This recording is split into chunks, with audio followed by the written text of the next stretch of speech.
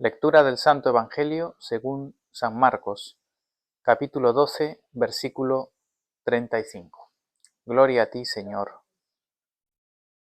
Enseñando Jesús en el templo, decía: ¿Cómo dicen los escribas que el Cristo es hijo de David? Porque el mismo David dijo por el Espíritu Santo: Dijo el Señor a mi Señor: Siéntate a mi diestra, hasta que ponga tus enemigos por estrado de tus pies. David mismo le llama Señor. ¿Cómo pues es su hijo? Y gran multitud del pueblo le oía de buena gana. Y les decía en su doctrina: Guardaos de los escribas, que gustan de andar con ropas largas y aman las salutaciones en las plazas y las primeras sillas en las sinagogas y los primeros asientos en las cenas, que devoran las casas de las viudas y por pretexto hacen largas oraciones. Estos recibirán mayor condenación. Estando Jesús sentado delante del arca de la ofrenda, miraba cómo el pueblo echaba dinero en el arca, y muchos ricos echaban mucho. Y vino una viuda pobre, y echó 2 blancas, o sea, un cuadrante. Entonces, llamando a sus discípulos, les dijo: De cierto os digo, que esta viuda pobre echó más que todos los que han echado en el arca, porque todos han echado de lo que les sobra, pero ésta, de su pobreza, echó todo lo que tenía, todo su sustento. Es el Evangelio del Señor. Gloria a ti, Señor Jesús. Damos gracias, hermanos, al Señor por este día. Nos sentamos y vamos a meditar en la palabra de Dios, pidiendo al Señor que nos dirija con su Santo Espíritu. Bendito Señor y Dios nuestro, alabamos tu nombre. Concédenos, Señor, tu Espíritu Santo, para que nos guíe a toda verdad. Por Jesucristo, nuestro Señor. Amén. Bien, amados hermanos, en este día santo del Señor, una vez más nos acercamos con acción de gracias, con alabanza y también con reverencia, solemnemente a la palabra del Señor, para meditar en ella, porque sabemos que la palabra de Dios es viva y eficaz, como nos dice la misma Escritura, y es más cortante que una espada de 2 filos, que penetra hasta partir el alma y el espíritu, las coyunturas y los tuétanos, y discierne los pensamientos y las intenciones del corazón. Y no hay nada que pueda ocultarse delante de ella. Es así la palabra del Señor, y por eso siempre en nuestras celebraciones, en nuestra liturgia, en nuestra adoración, la palabra de Dios viene como esa espada. Así que dispongamos nuestros corazones para que el Señor nos hable esta mañana. Como estamos viendo en este Evangelio de San Marcos, el Señor está ya en Jerusalén en la última semana previa ya a su pasión, al inicio de su pasión y de su entrega en la cruz. Hemos estado viendo en pasados domingos el camino, el ascenso hacia Jerusalén y los encuentros que ha tenido el Señor con diferentes personas, algunos, como hemos visto, paganos, no judíos, pero que le reconocieron como el Cristo, otros judíos que se opusieron a él como el Mesías, también algunos judíos que tuvieron una actitud bastante más prudente, como el escriba que vimos la semana pasada. Pero ahora el Señor, estando en Jerusalén, Él está alrededor del templo constantemente. El templo era, ya lo sabemos, junto con la sinagoga, los 2 lugares de culto para Israel, ¿verdad? El templo es el lugar donde se ofrece el sacrificio, que es el acto máximo de la adoración. El principal centro de la adoración judía es el templo donde se ofrece el sacrificio. Y la sinagoga es el lugar donde se imparte la palabra, es el lugar donde se instruye, se estudia la palabra, la ley y se enseña al pueblo. En el templo también se da enseñanza, pero es la sinagoga ese lugar donde constantemente se está alrededor de la palabra. Y luego la iglesia efectivamente une en el culto cristiano las dos realidades del templo y de la sinagoga, porque nos unimos al sacrificio de Cristo en la Eucaristía y participamos de la palabra de Dios ahora mismo, cuando estamos siendo alimentados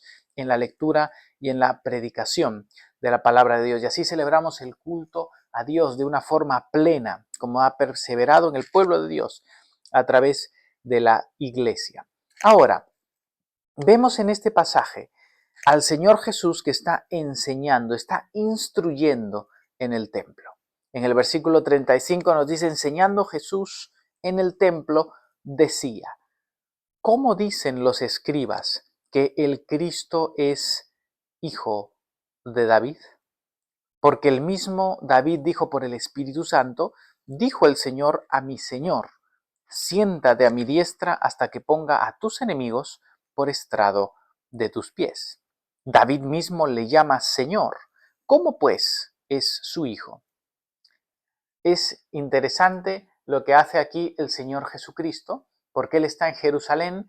Sabemos la conversación que Él tuvo con el escriba antes de esto, donde este escriba le pregunta acerca del mandamiento más importante, y en esa conversación este hombre, este escriba, está convencido también de que el mandamiento principal de la ley se resume en amar a Dios con todo nuestro ser y amar al prójimo como a uno mismo. Y el Señor Jesús le dice, no estás lejos del reino de los cielos. Y como vimos, no estaba lejos, pero todavía no estaba en el reino de los cielos. Porque ¿qué es lo que le faltaba a este hombre? Obviamente le está reconociendo el corazón de la ley, pero él tenía que comprender que él mismo necesitaba venir a los pies de Cristo como Señor, como Mesías, para ser perdonado de no haber cumplido la ley y ser ahora introducido en la realidad del reino y poder vivir conforme a esa ley por Jesucristo. Entonces, ese hombre estaba cerca, pero no estaba en el reino. Ahora el Señor Jesús está mostrando la realidad de ese reino, porque ese reino de Dios tiene efectivamente un rey. Y ese rey era el que esperaba todo el pueblo de Israel. Esperaban al Mesías, al Cristo, el ungido. Eso es lo que significa. Y este Mesías que ellos esperaban era el hijo de David. Por eso esta figura del rey David, sabemos, es el rey de Israel, el mejor rey, el rey emblemático de Israel y cuyo linaje, ¿no? O de cuyo linaje vendría el Cristo. Y esa era la esperanza mesiánica del pueblo de Israel. Pero aquí el Señor Jesús les está haciendo una pregunta muy importante al pueblo y les habla acerca de esos escribas. Ahora vamos a hablar un poco más de los escribas porque luego el Señor habla acerca de los escribas como con el que se encontró en el pasaje que estudiamos la semana pasada. Pero aquí el Señor le dice, ¿cómo dicen estos escribas, estos maestros, estos doctores de la ley, estos que realmente conocen las escrituras en detalle? ¿Cómo es que dicen que el Mesías, ¿no? O que el Cristo es hijo de David? Porque así se le conocía como el hijo de David, el hijo de Dios, el hijo del hombre, eran títulos para hablar de él, pero hijo de David porque era del linaje, un descendiente de David. Pero dice el Señor, ¿cómo es que le llaman hijo de David si el mismo rey David, por el Espíritu Santo, ¿y a qué se está refiriendo? A un salmo, al Salmo 110. Ese salmo escrito por el rey David, donde en ese salmo él dice, dijo el Señor a mi Señor. Es decir, ¿qué significa? Está hablando de dos señores, ¿verdad? Está refiriéndose, porque Señor, Kyries en griego, y aquí está utilizando la versión griega de las Escrituras que usaba el Señor Jesús y sus discípulos. Y en el lenguaje griego, este pasaje utiliza esta misma palabra. Dijo, el Señor a mi Señor, siéntate a mi diestra. Es decir, dijo Dios a mi Dios. Eso es lo que está diciendo. Siéntate a mi diestra hasta que ponga a tus enemigos por estrado de tus pies. El Señor está preguntando cómo es posible que David esté diciendo esto. ¿Cómo es posible que el rey David, refiriéndose al Cristo le esté llamando mi Señor, mi Kyrios, ¿verdad? Y aquí estamos viendo, por supuesto, en el Antiguo Testamento, en este Salmo, al Padre y al Hijo. ¿Quién es el que se ha sentado a la diestra de Dios? A la diestra del Padre es Jesucristo, el Hijo eterno de Dios, que es Dios juntamente con el Padre y el Espíritu. Y por eso es el Señor dice a mi Señor. Entonces, siéntate a mi diestra hasta que ponga a tus enemigos por estrado de sus pies. Y esta es una profecía que ahora mismo está en su cumplimiento, es decir, Jesucristo ha muerto, ha resucitado, ha ascendido a los cielos y está a la diestra del Padre, como confesamos en el credo, y volverá a juzgar a los vivos y a los muertos. Es decir, Él está a la diestra del Padre hasta que sus enemigos sean sujetos debajo de sus pies, se cumplan los tiempos y Cristo vuelva otra vez para juzgar a los vivos y a los muertos. Pero vemos aquí, y la pregunta del Señor es, ¿cómo es posible que el rey David llamara a uno que es su descendiente, a uno que es su hijo en linaje, cómo es posible que le llame el Señor? Y con esta pregunta, Cristo está mostrando su gloria. Cristo les está mostrando a ellos que Él es verdaderamente ese Mesías. Él es verdaderamente ese Jesús, ese Hijo eterno de Dios, el cual es Señor. Esto nos recuerda el pasaje glorioso de Filipenses capítulo 2. En esta epístola, el apóstol Pablo nos muestra esta realidad maravillosa acerca de Cristo, de que fue necesario primero su humillación, fue necesario primero que Él se humillara hasta la muerte y muerte de cruz, para luego ser elevado a la gloria misma de Dios, ¿verdad? Él dice, haya pues en vosotros, esto es Filipenses 2:5, haya pues en vosotros, le dice a los hermanos, este sentir que hubo también en Cristo Jesús, el cual siendo en forma de Dios, o sea, aquel que era Dios eternamente con el Padre, ¿no? El cual siendo en forma de Dios, no estimó el ser igual a Dios como cosa a que aferrarse, sino que se despojó a sí mismo, tomando forma de siervo, hecho semejante a los hombres y estando en la condición de hombre, se humilló a sí mismo, haciéndose obediente hasta la muerte y muerte de cruz. Por lo cual, y aquí vemos la exaltación de Cristo, porque Él se humilló hasta lo sumo y Él se despojó a sí mismo, Él se despojó de su gloria eterna en los cielos para venir a este mundo como un hombre, se humilló hasta lo sumo y no solo venir como un hombre, sino que se hizo un siervo y se hizo un siervo obediente para ir a la cruz para salvarnos. Esa es la maravilla del amor de Dios, del amor de Cristo, que se humilla a sí mismo para salvarnos. Pero por lo cual, dice San Pablo, Dios también le exaltó hasta lo sumo y le dio un nombre que es sobre todo nombre. ¿Cuál es el nombre que es sobre todo nombre? El nombre de Dios, por supuesto. Cristo mismo, Señor y Rey, para que en el nombre de Jesús se doble toda rodilla de los que están en los cielos y en la tierra y debajo de la tierra, y toda lengua confiese que Jesucristo es el Señor. Jesucristo es Kyrios, Él es Dios, Él es el Señor, para la gloria, dice San Pablo, de Dios Padre. Vemos cómo el Padre es glorificado en la gloria y en la exaltación de su Hijo Jesucristo. Qué maravilloso lo que Jesús les está diciendo a estos oyentes allí en Jerusalén, es esto que luego los apóstoles han revelado plenamente, que este Jesús es verdaderamente el Señor. Pero les deja esa pregunta y ellos le escuchaban de buena gana y quedaban sorprendidos porque todas estas palabras del Señor apuntaban a cosas gloriosas, que solamente por el Espíritu Santo podíamos llegar a comprender. Bien, continuando con esto. Ahora, luego de que el Señor está dando estas enseñanzas, ¿no? Él continúa y nos dice en el versículo 38 de San Marcos 12, y les decía en su doctrina, ¿no? En su doctrina, esta palabra doctrina es didaqué o didaché, que es esa palabra incluso de un documento cristiano muy antiguo, se refiere a la enseñanza de alguien, ¿no? A la doctrina o a la enseñanza. Entonces Jesús les decía en su doctrina, fijaos, guardaos, les decía, de los escribas. Justamente él ha preguntado acerca de los escribas, ¿no? ¿Por qué dicen los escribas que es hijo de David? Está haciendo referencia a estos escribas. Antes de esto, él tuvo ese encuentro con este escriba prudente, ¿no? Que hemos visto la semana pasada. Y otra vez vuelve a hablar de los escribas, pero les dice, guardaos de estos escribas.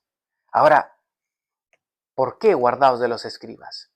Bien, no todos los escribas eran malos. Como hemos visto, habían escribas que oían, pero ¿quiénes eran estos escribas? Es lo primero que tenemos que explicar un poquito. Los escribas eran los doctores de la ley, eran los intérpretes autorizados y profesionales, por decirlo de alguna manera, de la ley. Eran aquellos estudiosos y maestros que se habían dedicado realmente a estudiar las escrituras, incluso a traducir las escrituras, a interpretarlas, a copiarlas, es decir, eran aquellos que eran expertos en toda la materia de la ley. Y era un oficio que en la antigüedad lo llevaban solamente los sacerdotes y los levitas. No vemos, por ejemplo, a Esdras, ¿no? Como un escriba, pero un sacerdote también, ¿verdad? Y ellos eran los verdaderamente instruidos en la ley para educar al pueblo. Pero realmente en el tiempo de la cautividad, cuando se genera la sinagoga, cuando se da origen a la sinagoga como lugar de reunión de la palabra, porque no podían ofrecer el sacrificio, porque no había templo, en ese momento la palabra de Dios y la instrucción de la palabra de Dios no solamente recayó en los sacerdotes, sino también en algunos laicos profundamente estudiosos de las escrituras. Luego, en los tiempos ya de los macabeos, en ese tiempo intertestamentario, este grupo se empezó a consolidar, ¿no? Como estos escribas. Y de estos escribas que incluso se opusieron también a los Antíoco Epífanes y a toda la helenización que se estaba produciendo en el pueblo judío, muchos de ellos incluso murieron como mártires junto con los macabeos y ganaron mucho prestigio. Y estuvieron como en oposición a la casta sacerdotal que eran los saduceos.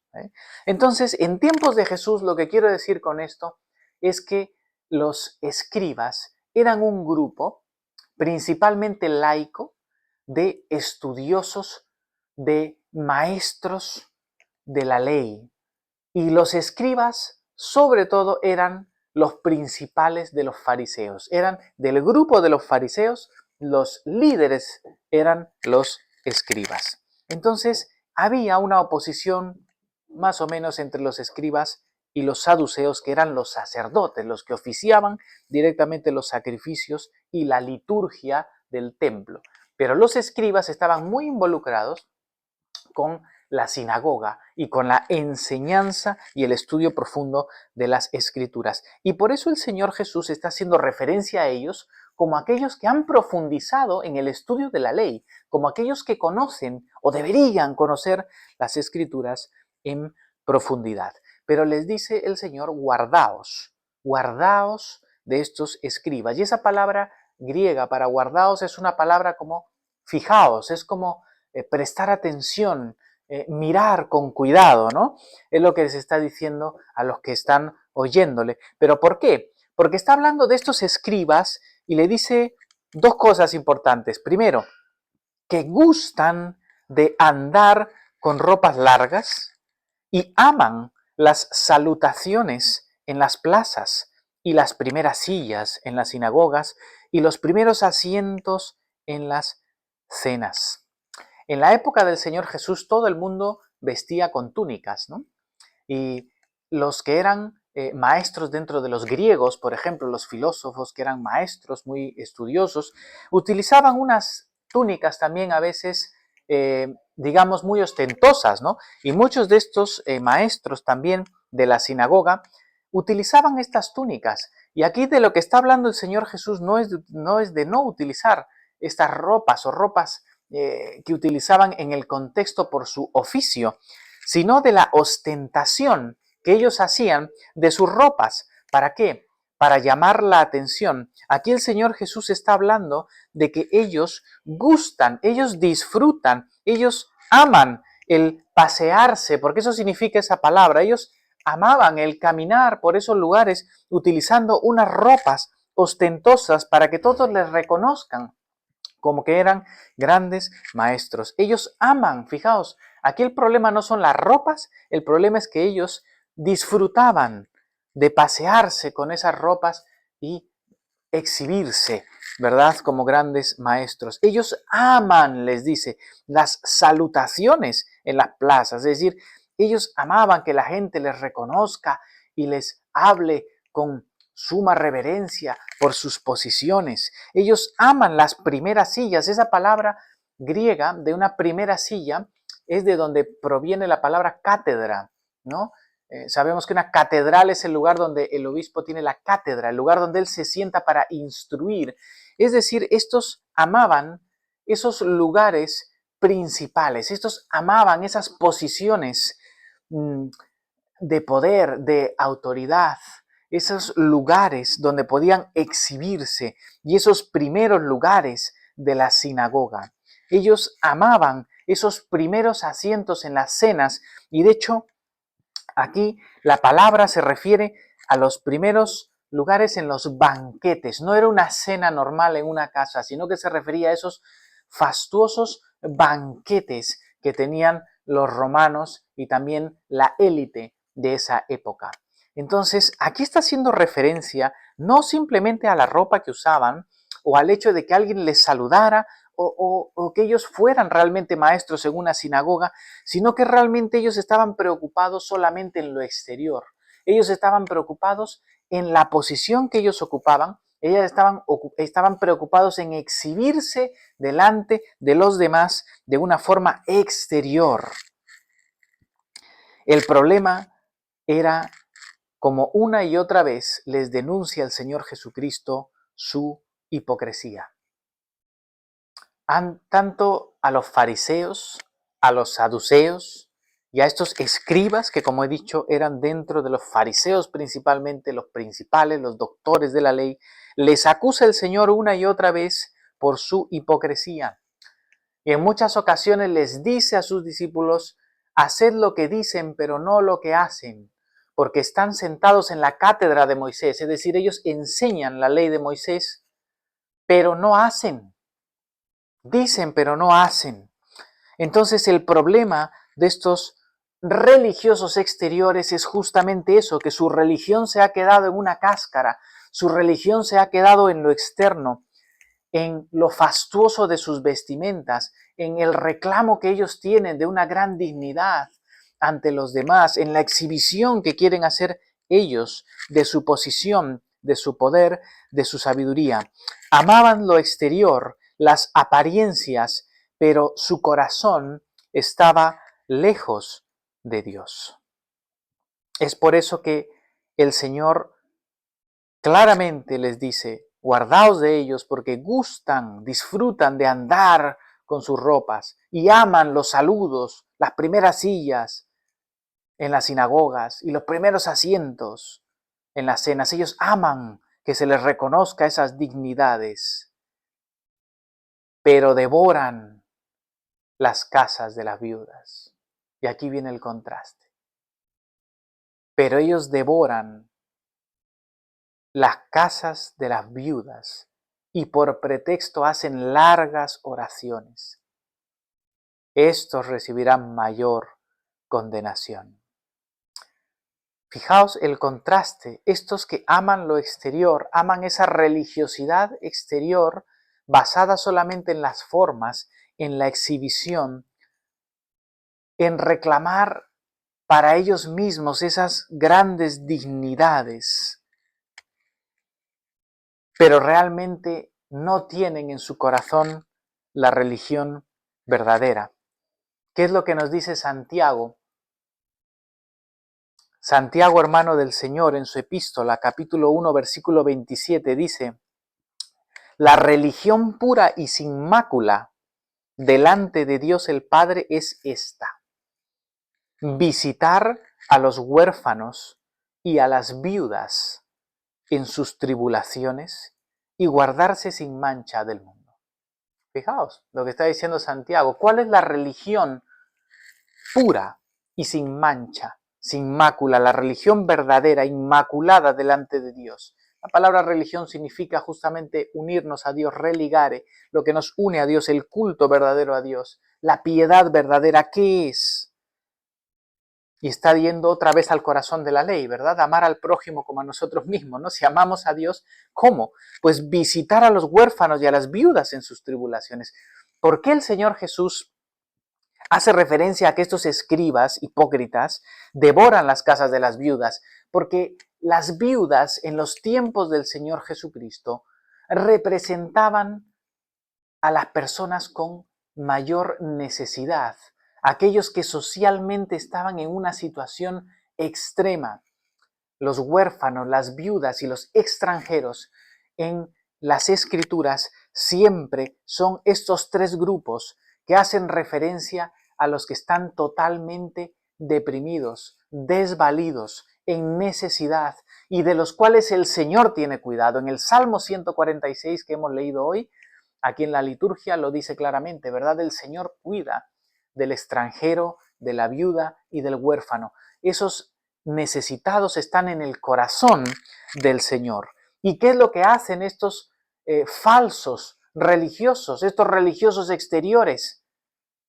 Aman su posición, se aman a sí mismos, no aman a Dios, se aman a sí mismos, aman su gloria. Ellos quieren exhibir su gloria, quieren que todo el mundo reconozca su gloria, que le reconozcan sus posiciones, pero en sus corazones ellos no aman al prójimo. No están interesados en cuidar al débil, como en este caso las viudas, sino que al contrario devoran sus casas. Y este devoran sus casas puede referirse a todo tipo de abusos que ellos podían cometer contra el débil. Ellos podían ir y quitarles de lo que es suyo, abusar de ellos también como personas, de sus propias dignidades, abusar en todos los sentidos de aquellos que eran los desprotegidos y los débiles, y por pretexto hacer largas oraciones, podían ir incluso a pedir dinero a estas pobres personas y por pretexto hacer oraciones para ellos, como vender y cobrar por la obra de Dios. Qué triste cuando se ven estas cosas. Lamentablemente, la vida de la iglesia cristiana no está exenta de esto. Y a lo largo de la historia de la iglesia hemos visto y se ve una y otra vez abuso de poder, una y otra vez ministros impíos que abusan de los débiles, que nada más buscan su propia gloria, vestirse con ornamentos carísimos, gastar sumas exorbitantes en muchos ropajes y muchas cosas carísimas, cuando Dios lo que nos pide es sencillez y realmente amor y servicio al necesitado. ¿Cuántos se han vuelto mercaderes de la fe, cobrando y pidiendo dinero por el Evangelio y por la obra de Dios? Qué triste. Pero ya el apóstol Pablo y el apóstol Pedro también nos advierten acerca de esos tiempos. Dice San Pablo en 2 Timoteo 3:1, también debes saber esto, que en los postreros días vendrán tiempos peligrosos, porque habrán hombres amadores de sí mismos, avaros, vanagloriosos, soberbios, blasfemos, desobedientes a los padres, ingratos, impíos, sin afecto natural, implacables, calumniadores, intemperantes, crueles, aborrecedores de lo bueno, traidores, impetuosos, infatuosos, amadores de los deleites más que de Dios, que tendrán apariencia de piedad. Fijaos, esto es como estos escribas, tendrán apariencia de piedad, pero negarán la eficacia de ella. Negarán la eficacia de ella porque no vivirán en esa piedad. Tendrán una apariencia externa, pero la niegan con su propio comportamiento, con su corazón, con el fruto de su corazón. A estos evita, dice San Pablo, porque de estos son los que se meten en las casas y llevan cautivas a las mujercillas cargadas de pecado, arrastradas por diversas concupiscencias, que están siempre aprendiendo y nunca pueden llegar al conocimiento de la verdad. Esa es la hipocresía religiosa de la que todos tenemos que cuidarnos. Y el Señor les dice, guardaos de esto a los que están oyendo. Y estos que oyen incluye sus propios discípulos, que van a ser aquellos maestros, ministros, los que van a liderar su pueblo, la iglesia, pero también todo el pueblo fiel, todo aquel que oye a Cristo, todos aquellos que somos pastores, maestros, ministros y aquellos que todos como sacerdocio santo, como pueblo de Dios, debemos oír estas palabras y guardarnos de la hipocresía religiosa, porque todos podemos caer y alguna vez hemos caído en hipocresía religiosa. Y debemos tener cuidado de que nuestra religión, nuestra comunión con Dios no sea simplemente lo externo en nuestra vida, sino el corazón, un verdadero corazón comprometido con amar a Dios y con amar al prójimo. Que no estemos preocupados solamente con la cascarita y con que la gente nos reconozca, sino con cómo está nuestro corazón sinceramente amando a Dios, amando al prójimo y, como dice Santiago, visitando a los huérfanos y a las viudas en sus tribulaciones. Visitándolos no significa ir a visitarlos nada más. Visitarlos significa ir y sustentarles, ir y proveerles, visitarles en sus tribulaciones. Eso es amar al prójimo, la caridad verdadera. Qué importante la advertencia que el Señor nos está dando a todos de siempre examinar nuestros corazones y que nuestra vida no se vuelva una religiosidad superficial, exterior y vacía que solamente nos conduce al infierno, no nos va a conducir a la vida eterna, nos va a conducir al infierno. Una persona que cree que vive la vida cristiana simplemente porque va el domingo un ratito a una iglesia y luego en la semana vive como el diablo, ¿no? No tiene verdaderamente una vida consagrada a Dios, como dice aquí Santiago. Esa religión verdadera está cuando amas a Dios, y porque amas a Dios, tú amas al prójimo y de verdad estás involucrado en la vida del que necesita y también en una vida de santidad. Si en tu vida no estamos luchando realmente por consagrarnos en santidad a Dios, de apartarnos del pecado, del mundo, de apartarnos de todo lo que la vanidad de este mundo nos ofrece y consagrarnos, santificarnos realmente a Dios, batallando contra la carne, contra el pecado, y si no estamos viviendo una vida involucrada en el amor al prójimo de verdad, nos estamos engañando y estamos solamente buscando un reconocimiento exterior de una religión vacía. Cuidado, todos nosotros con esta actitud. Lo que Cristo quiere es nuestros corazones sinceros y entregados a Él.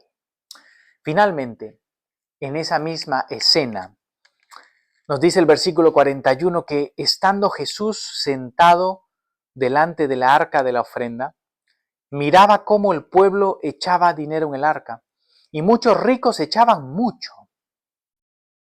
Y vino una viuda pobre y echó 2 blancas, o sea, un cuadrante. El Señor está allí en todo Jerusalén, en la zona del templo, dando todas estas enseñanzas, y ahora Él sentado ante el arca de la ofrenda. Este arca de la ofrenda estaba, se cree, en el patio de las mujeres, y allí llevaba todo el mundo sus ofrendas económicas para el sostenimiento del templo. Pero al igual que hemos leído con el escriba, esto se había vuelto un acto de ostentación religiosa para muchos, ¿no?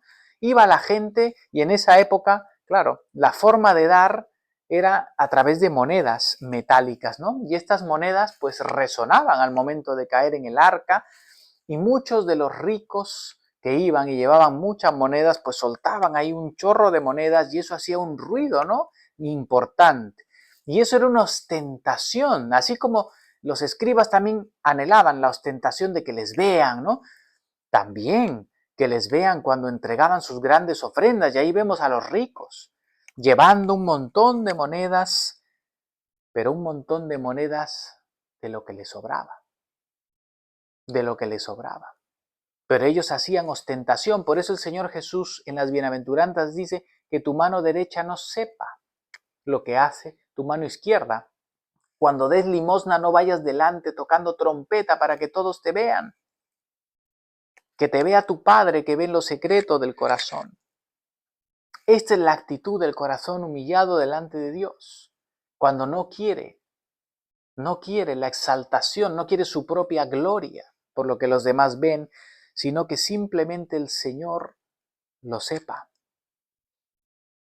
Muchos ricos echaban mucho y por supuesto con mucha ostentación. Eso era un lugar público y la gente miraba y oía cuando iba un rico fastuoso con sus vestiduras ostentosas y dejaba ahí un montón de monedas. Pero vino una viuda pobre, vemos otra vez la viuda de la que antes ha hablado el Señor, que estos escribas abusaban. Aquí aparece una viuda y nos dice claramente pobre. Y esta viuda echó 2 blancas, o sea, un cuadrante. Fijaos lo que echó esta mujer. El cuadrante era la moneda más pequeña, o sea, era el monto más pequeño que existía en el tiempo del Señor. Y estas 2 blancas eran la mitad, o sea, lo mínimo. Lo que esta mujer echó era nada, nada. Curiosamente también se cree el material de estas moneditas, ¿no? Al igual que hoy, ¿no? Aquí en España tenemos algunas monedas que son más bonitas, las monedas de mayor valor, de unos metales que suenan un poquito más, y en la época del Señor esas monedas, incluso algunas de plata o otros materiales sonaban, ¿no? Tenían un sonido. Pero hay unas moneditas pequeñitas, ¿no? Aquí en España le llamamos los cacharrillos, unas monedas de 1 céntimo, que son de cobre, no suenan. Tú tiras esa moneda y no suena, no hace ni ruido. Esta es la misma figura de esta mujer tirando las monedas más básicas, que no hacen ni ruido, no ostentan absolutamente nada. Y aquí vemos al Señor reunir otra vez a sus discípulos, como su iglesia, ¿no? Versículo 43, llamando a sus discípulos, otra vez esa figura de la iglesia, de llamarles en la intimidad para instruirles. Y les dijo, de cierto os digo, amén os digo, que esta viuda pobre echó más que todos los que han echado en el arca. Esta viuda pobre que había echado las 2 moneditas de cobre, las más miserables moneditas que existían en los tiempos del Señor, la que menos ostentación hubo, a la que nadie estuvo mirando, a la que nadie se giró porque sus moneditas ni sonaron cuando cayeron en el arca. Esa mujer, dice el Señor, esa es la que ha echado más que todos. Porque todos han echado de lo que les sobra, pero esta de su pobreza echó todo lo que tenía, todo su sustento. Fijaos el corazón del Señor. Es que el Señor ve nuestro corazón. El Señor no ve la cantidad de lo que nosotros damos o podemos. Él ve si lo que das es realmente de todo lo que tienes. ¿Qué diferencia con el joven rico con el que se encontró el Señor? Que el Señor le dijo, ve y vende todo lo que tienes, dalo a los pobres y sígueme. Y él no fue capaz de renunciar a todo lo que tenía porque tenía mucho. Y ahí está el problema de las riquezas. Qué difícil renunciar cuando se tiene. Esta pobre mujer en su pobreza dio todo lo que tenía, que eran esas 2 moneditas. No tenía más para el sustento, no tenía para comer, eso era lo que tenía, pero lo entregó todo a Dios porque ama a Dios. Entregó todo para la adoración a Dios, renunciando a sí misma y a todo lo que poseía. Esa es la verdadera riqueza. Cuando una persona está dispuesta a entregar todo lo que es y todo lo que tiene al Señor. Cuando uno dice, Señor, te entrego mi vida, haz de mí lo que tú quieras. Aquí tienes mi vida, lo que soy. Todo lo que tengo es tuyo. Y esta es la actitud del corazón de esta viuda. Esa es la verdadera adoración a Dios. Ese es el verdadero corazón de un adorador, de aquel que ama a Dios con todo su corazón, alma, mente y fuerzas. Los demás dieron de lo que les sobraba, de lo que no les afectaba de lo que les quedaba. No era renuncia para ellos dejar esas cosas, pero para la viuda esto era la renuncia a todo lo que ella tenía. Y ese es el mensaje que Cristo ha venido transmitiéndole a ellos en todos los encuentros que ha tenido hasta aquí en Jerusalén, y que le llevará a él mismo a entregarse a sí mismo en la cruz por nosotros.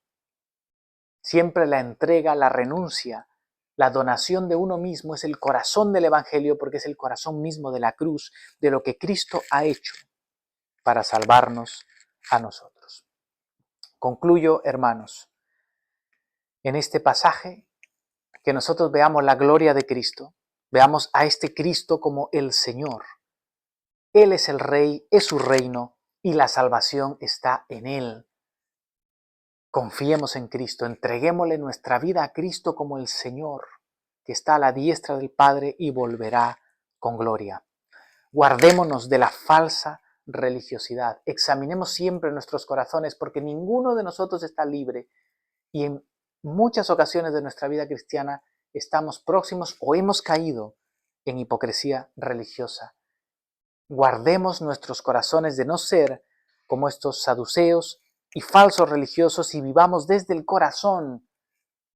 Busquemos desde el corazón ser fieles al Señor, amarle a Él y amar al prójimo. Tengamos un corazón dispuesto como el de esta viuda, de entregar y rendir al Señor todo lo que tenemos y todo lo que somos, y no como estos ricos que solamente daban lo que les sobra. No demos al Señor lo que nos sobra de nuestro tiempo, no demos al Señor lo que nos sobra de nuestros talentos, no demos al Señor de lo que sobra de nuestros dones, de nuestro esfuerzo, de nuestras capacidades. Demos al Señor lo mejor y todo lo que nosotros somos, rendir a Él enteramente lo que nosotros somos y tenemos. Eso es lo que significa que amamos al Señor con todo nuestro corazón. Que el Señor nos ayude y su gracia nos sustente. Gloria al Padre, y al Hijo, y al Espíritu Santo, como era en el principio, ahora y siempre, y por los siglos de los siglos. Amén.